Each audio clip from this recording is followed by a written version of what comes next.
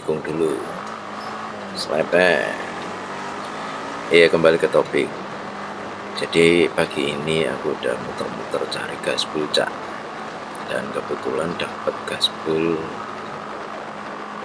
bisa dibilang murah karena dapatnya yang gaspol putih harganya 50.000 dapat 2. Sesuai rencana sih, pengennya nambahin gaspol jadi biar lebih adem, nggak ketilang polisi lagi.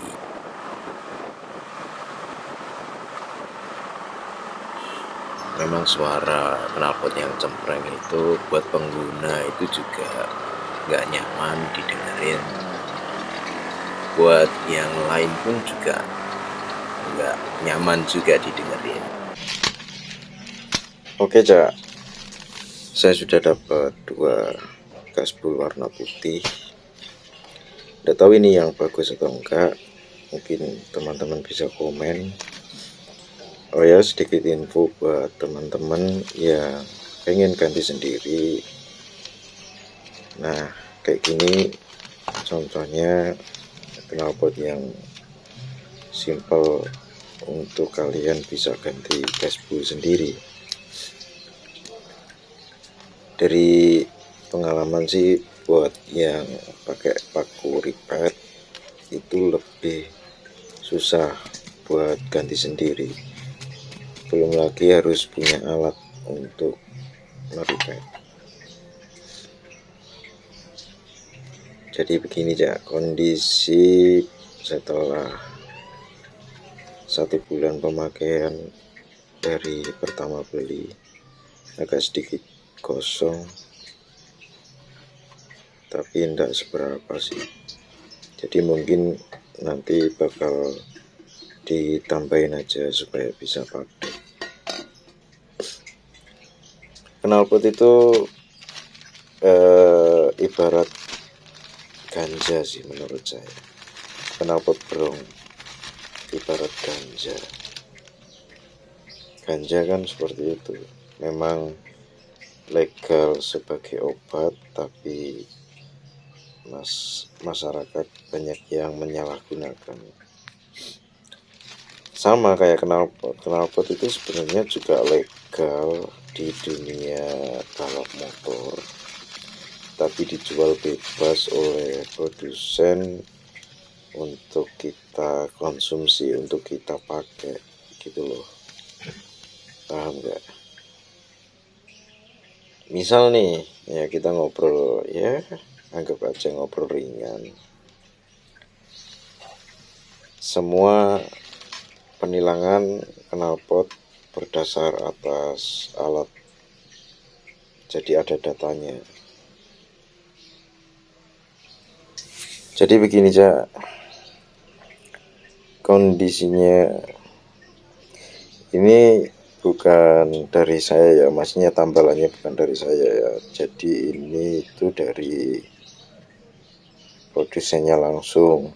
Kayak gini isinya.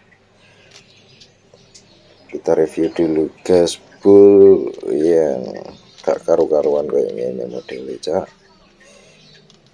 Sebenarnya waktu belinya itu bukan dilihat isinya sih, cuman kok pakai baut jadi kan simple, enak gitu loh. Buat ganti gaspol sendiri pun enak. Kalau pakai ribet kan susah kitanya.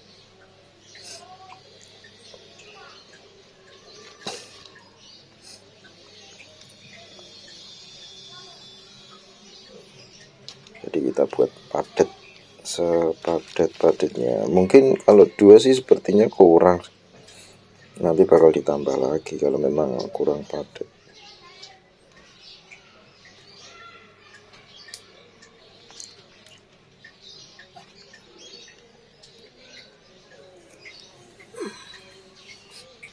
Gaspol ini memang dia serpihannya kecil-kecil, jadi hati-hati kehirup. Ini aja pakai masker supaya nggak kehirup.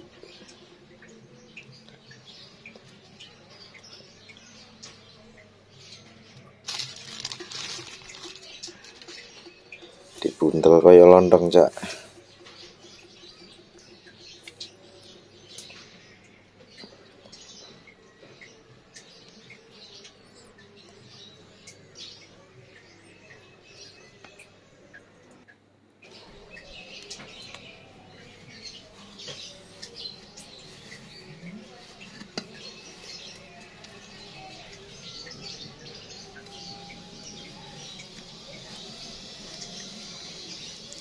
Jadi setelah kita buntel kayak gini, Cak, kita masukkan pelan-pelan. Kalau bengkel knalpot pasti lebih cepat ya, karena ini newbie, jadi ya belajar ala kadarnya. Yang penting padat gitu aja. Oh iya, Cak, mungkin dari teman-teman pernah ketilang karena knalpot. Untuk sharing-sharing sih, dulu aku pernah ketilang karena knalpot. Saya pikir knalpot saya dulu itu tidak seberapa keras, tapi mungkin karena alasannya tidak standar, undang-undang menganjurkan untuk pakai knalpot yang standar. Ya, hasil meskipun kita ngotot mau bagaimanapun ya tetap kita yang ketilang, kita yang salah. Meskipun suaranya tidak seberapa kenceng, tapi repot sih, ambigu gitu loh. Karena kayak gitu tuh berdasarkan laporan dari masyarakat yang nggak seneng dengan adanya knalpot gong, suaranya yang memang seperti itu.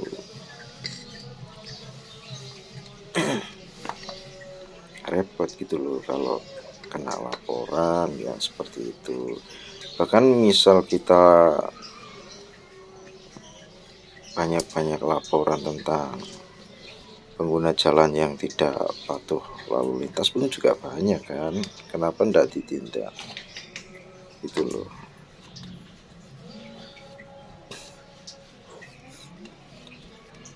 Padahal dari peraturan, kalau nggak salah, mengenai aturan kebisingan suara pun kudu pakai alat desibel meter gitu untuk bisa menjadi acuan. Nah, seumpama nih kayak kita memposisikan diri kita sebagai produsen, kita tuh sempat mikir, semisal nih kita sempat mikir, kenapa kok DPR atau pemerintah nih kita sebut tidak memberi lisensi legal gitu, memberi lisensi legal buat produsen knalpot supaya legal di jalan gitu loh. Kan lumayan kan, untuk knalpot yang sudah ada lisensi legal nanti dikasih pajak berapa persen gitu untuk negara. Lumayan loh, katakan daerah Purbalingga yang memang kota knalpot kan, yang mayoritas sebagai pengrajin knalpot, di situ banyak loh, pasti banyak nyumbang pendapatan daerah.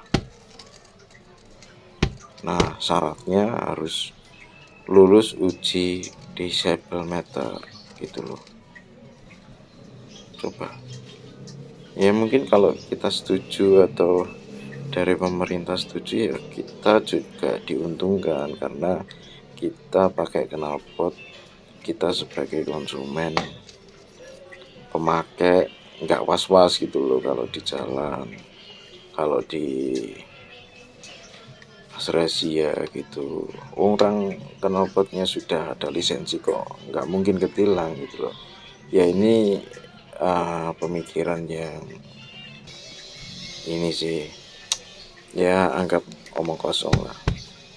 Tapi kalau misal jadi kenyataan ya pasti kita seneng ada knalpot yang punya lisensi gitu. kayak seperti di luar, di Malaysia kalau nggak salah. Malaysia itu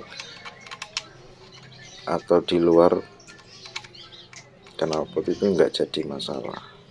Mungkin kalau ada pelanggaran tentang knalpot, ya jelas itu knalpot yang nggak ada lisensinya.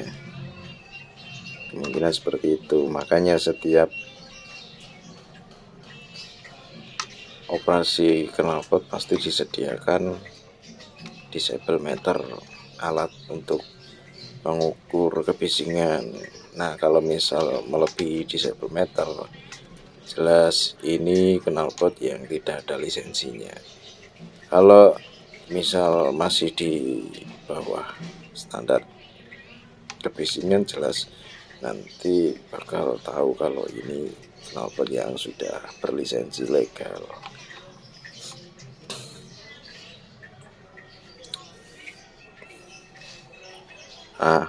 Oke Cak, ya segampang ini Cak, kita bongkar, kita pasang knalpot yang sesimpel ini. Jadi cuman pakai baut, nggak perlu harus pakai ripet. Dah, sip. Kita nanti bakal pasang, next video bakal kita tahu suaranya.